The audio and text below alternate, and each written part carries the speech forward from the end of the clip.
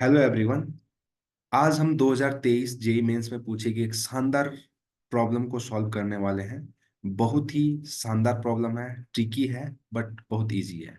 दिखने में बहुत लेंथी है लेकिन मैं आपको एक ऐसा तरीका बताऊंगा जिससे कि हम इसको बहुत आसानी से टैकल कर सकते हैं, राइट। तो देखिए, क्वेश्चन में सबसे पहले क्वेश्चन समझ लेते हैं। A person forgets 4 digit ATM pin. 4 digit ATM pin जो होती है वो भूल गया है। तो भाई 4 डिजिट है तो 4 लोकेशन हम फिक्स कर लिए, ठीक है। What he remembers that in the code all the digits are different। सारे डिजिट्स क्या हैं, डिफरेंट है। And greatest digit 7। मतलब उसने उसने क्या बोला कि ग्रेटेस्ट डिजिट 7 थी। मतलब एक डिजिट उसको याद है कि सबसे बड़ी वाली जो थी वो 7 थी उसमें। तो इसका मतलब मेरे पास जो डिजिट के ऑप्शन है वो क्या हो जाएंगे, 7 से छोटे या उसके बराबर। तो यानी कि क्या क्या क्या हो जाएंगे, 0, 1, 2, 3, 4, 5, 6 और 7, ठीक है। ऑल आर डिस्टिंक्ट, मतलब मैं रिपीट नहीं कर सकता यहाँ पे किसी को, ठीक है। अब ध्यान से देखिए, एक डिजिट का होना तो तय है, राइट। 7 का होना तो पक्का है, 7 तो फिक्स है, 7 ने तो होना ही होना है।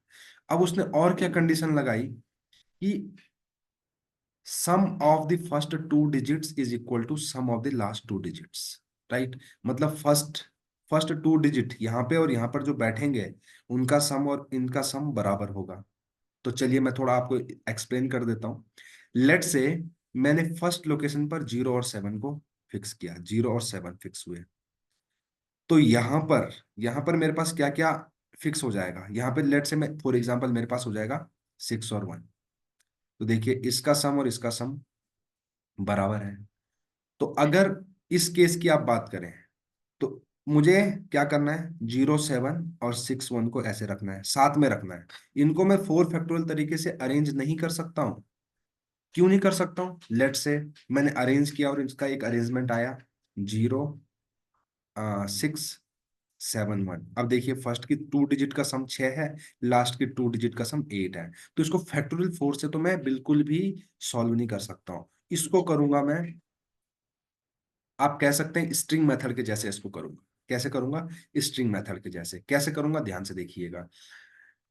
मैं इसको इसको करने की अप्रोच बता रहा हूँ आपको। पहले ना मैं इसका सॉल्यूशन आपको नहीं बता रहा हूँ, पहले मैं आपको बता रहा हूँ कि आप किस तरीके से सोच सकते हैं। अब देखिए, क्या मैं इसको एक बॉक्स मान लीजिए, इसको एक बॉक्स मान लीजिए, मुझे नहीं पता इसके अंदर क्या है। क्या मैं इनको आपस में परम्यूट कर सकता हूँ, तो बिल्कुल कर सकता हूँ। जैसे 0, 7, 6, 1 और 6, 1, 0, 7। अब इनका सम और इसका सम बराबर है और इसका सम बराबर है। तो इनको आपस में मैं कितने तरीके से परम्यूट कर सकता हूँ, 2 फैक्टोरियल, है ना। इसी तरीके से क्या मैं 0, 7 की जगह 7, 0, 6, 1 लिख सकता था, बिल्कुल लिख सकता था। और 6, 1 की जगह 1, 6 रख सकता था, बिल्कुल लिख सकता था। तब भी इसका सम और इसका सम बराबर है, राइट। तो इनको आपस में परम्यूट कर सकता हूँ और इनको आपस में परम्यूट कर सकता हूँ। तो इंटू 2 फैक्टोरियल इंटू 2 फैक्टोरियल, इस तरीके से मैं इनको परम्यूट कर सकता हूँ, राइट। तो चलिए, अगर आपको ये फंडा समझ में आया तो हम इस प्रॉब्लम को सॉल्व करने की तरफ अप्रोच करते हैं, राइट। अगर आपको ये समझ में आया कि अगर मैं इन चारों को इस तरीके से फिक्स करूं तो इसको 2 फैक्टोरियल यानी कि इनको आपस में इंटरचेंज कर सकता हूँ। 2 फैक्टोरियल से इनको आपस में इंटरचेंज कर सकता हूँ, 2 फैक्टोरियल से इनको आपस में इंटरचेंज कर सकता हूँ, ठीक है।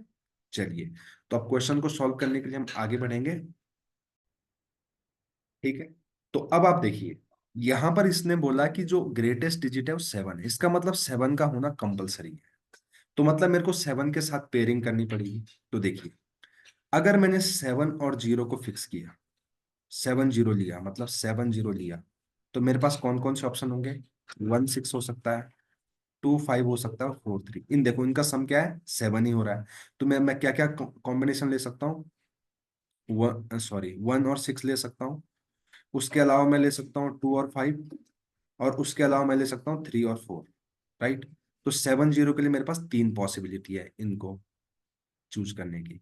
इसी तरीके से मैं 7, 1 के साथ पॉसिबिलिटी बना लेता हूँ।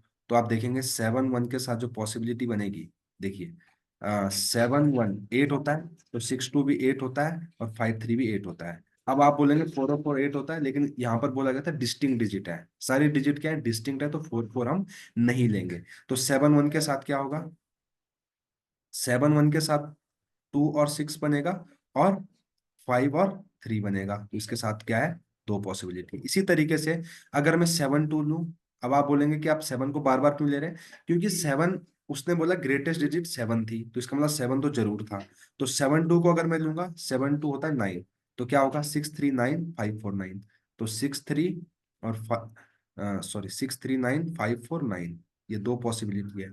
अगर मैं 7 3 लिया, अगर मैंने 7 3 लिया, तो 7 3 के साथ मेरे पास क्या पॉसिबिलिटी, इसको थोड़ा सा यहाँ पे ले लेता हूँ। अगर मैंने 7 3 वाली पॉसिबिलिटी ली, तो 7 3 10 होता है, तो इसके लिए केवल 6 और 4 10 है। आप बिल्कुल भी 5 और 5 मत बोलिएगा, क्योंकि डिस्टिंक्ट है सारे डिजिट, 5 को दो बार नहीं ले सकते।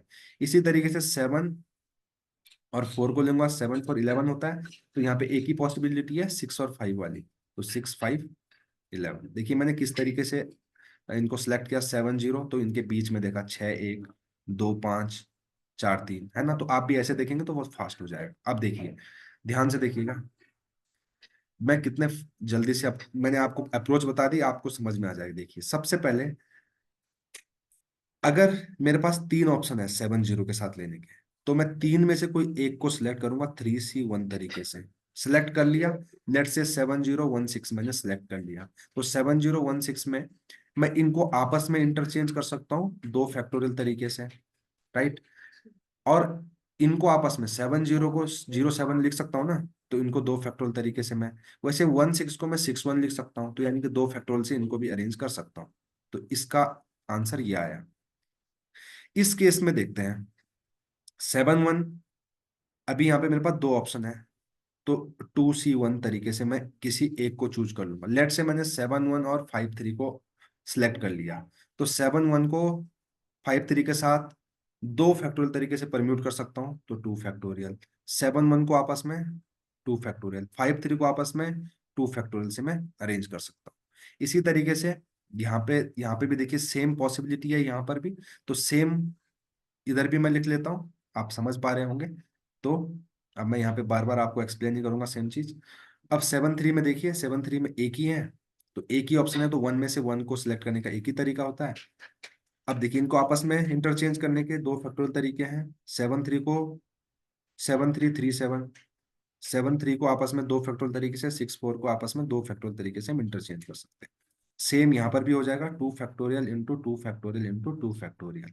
अब देखिए सारे केसेस हैं, तो पूरे मैथमेटिक्स में जब भी हम डिफरेंट डिफरेंट केसेस बनाते हैं, तो फाइनली हमको क्या करना होता है, सारे ही आंसर को ऐड करना होता है। तो सभी आंसर को हम ऐड कर लेते हैं। देखिए 2 2 जा 4 2 जा 8, 2 फैक्टोरियल की वैल्यू 2 होती है, तो यहाँ से 8 आया, यहाँ से भी 8 आया। यहाँ आप देखेंगे इसका वैल्यू 8 है, और 2 का इंटू और करेंगे, 2 C 1 का वैल्यू 2 होता है, तो ये हो जाएगा 16। यहाँ पर ये भी सेम है, इसका वैल्यू भी 16। यहाँ पे देखिए ये 8 है, और 3 C 1 का वैल्यू होता है 3 C 1 इक्वल टू 3 होता है, राइट। तो ये हो जाएगा 48। आठ तीन, सॉरी, नॉट 48, 8 3 24, 24। अब इनको ऐड कर लीजिए सबको, तो 24 +16 +16 +16 +8 8 8 16, 16 3 48, 48 और 24 होता है 72, 72। तो इस क्वेश्चन का आंसर 72 ही था। अगर आपको ये अप्रोच बिल्कुल थोड़ा सा भी पसंद आए, अच्छी लगी हो ये अप्रोच, तो प्लीज लाइक शेयर और सब्सक्राइब करना बिल्कुल ना भूलें। Thank you very much.